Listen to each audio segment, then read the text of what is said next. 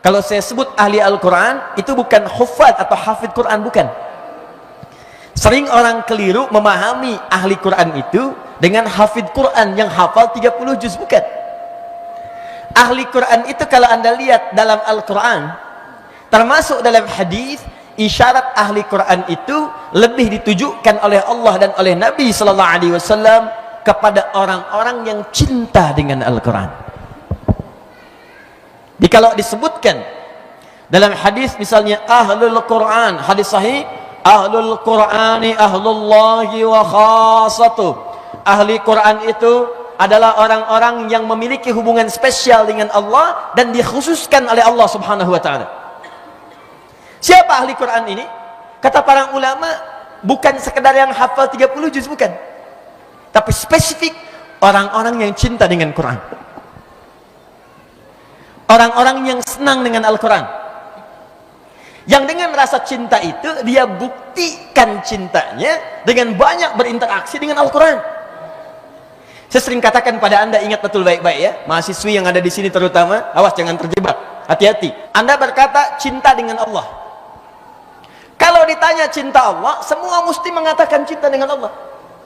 Silahkan anda tanya, dari pasar anda ketemu preman muslim, tanya cinta nggak dengan Allah? Cinta. Silahkan. Anda ketemu orang tatoan, ditanya apa agamanya? Muslim. Cinta Allah nggak? Cinta. Anda bertanya dengan ustadz, anda tanyakan pada santri, mahasiswa, pegawai, siapapun muslim, tanya cinta nggak dengan Allah? Cinta. Tapi ketika di lisannya mengatakan cinta, apa jawaban dari Allah? Buka Quran surah ketiga ayat 31, paling kiri sebelah atas. Quran surah 3 ayat 31.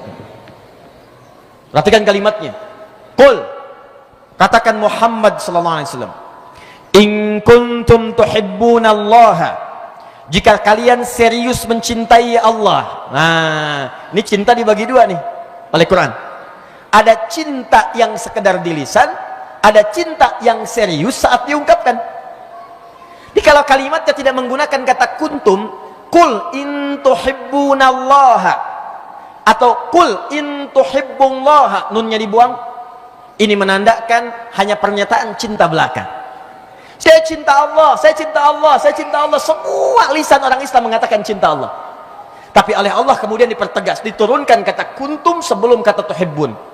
Dalam kaidah ilmu lugha, khususnya di ilmu nahwu, kalau ada kata kerja bentuknya progresif, diawali dengan kata kana wa akhawatuha, kana, kanat, kuntum, takunu, ini artinya menunjukkan keseriusan dan kesungguhan.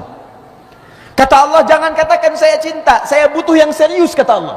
Jika kalian serius mencintai Allah, fattabi'uni, maka buktikan keseriusan cinta itu dengan mengikuti petunjuk Rasulku. Buktikan dengan ikut Nabi. Nabi tuntun sholat, anda sholat, itulah bukti anda cinta kepada Allah. Nabi katakan anda jujur dalam kehidupan, maka anda jujur. Nabi tuntun kita misalnya bakti pada orang tua. Anda di kampus juara jadi mahasiswa dengan IPK 4, tapi dengan orang tua buruk perilaku anda, maka itu belum jadi wujud cinta anda kepada Allah subhanahu wa ta'ala. Seimbang. Di ayat ini ingin mengatakan setiap cinta itu butuh pembuktian. Sama persis ketika ada misalnya seorang mengatakan, mahasiswi yang di atas, aku mencintaimu, misal, jangan percaya. Yuk kita boncengan seperti Dilan, jangan percaya. Jangan percaya. Ya, katakan padanya, buktikan cintamu dengan menuliskan namaku di buku nikah kita. Catat. Itu. Aku nggak butuh motornya, yang aku butuhkan BPKB-nya. Apa itu BPKB? Buku pernikahan kita berdua.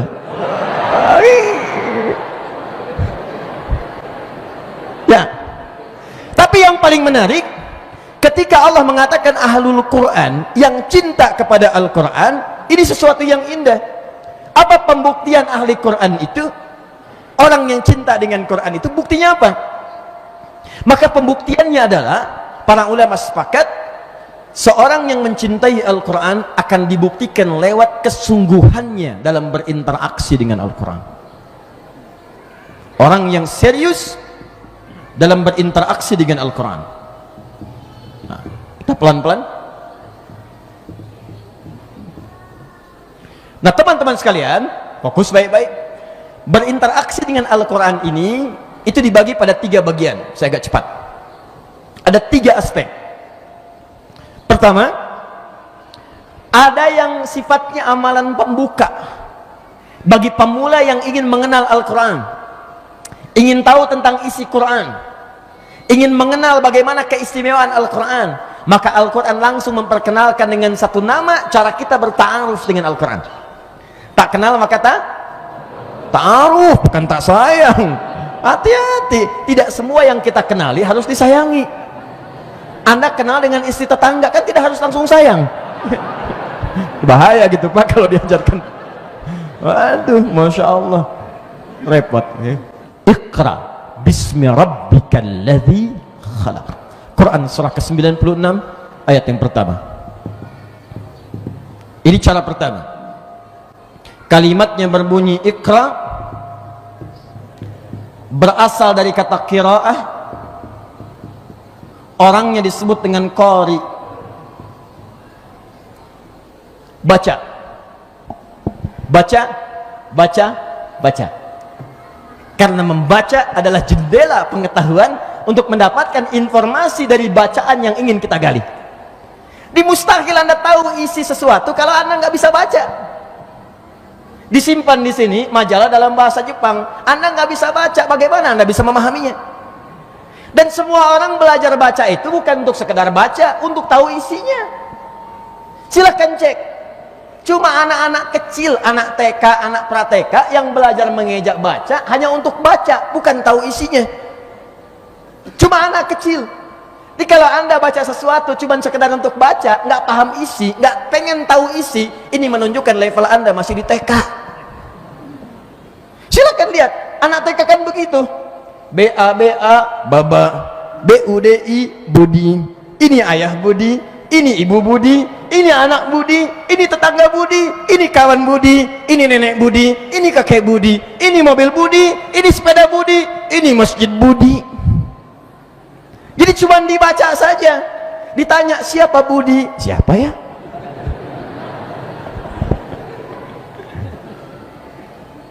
Jadi sesungguhnya ketika Quran perkenalkan dengan kata qiraah, qiraah itu bukan kata biasa. Qiraah itu asalnya bunyi yang diperdengarkan untuk diketahui isinya. Jadi ketika kita mendengar, membaca, bukankah kita mendengar bunyinya? Dalam bahasa Arab kalau diperdengarkan sekali namanya qiraah.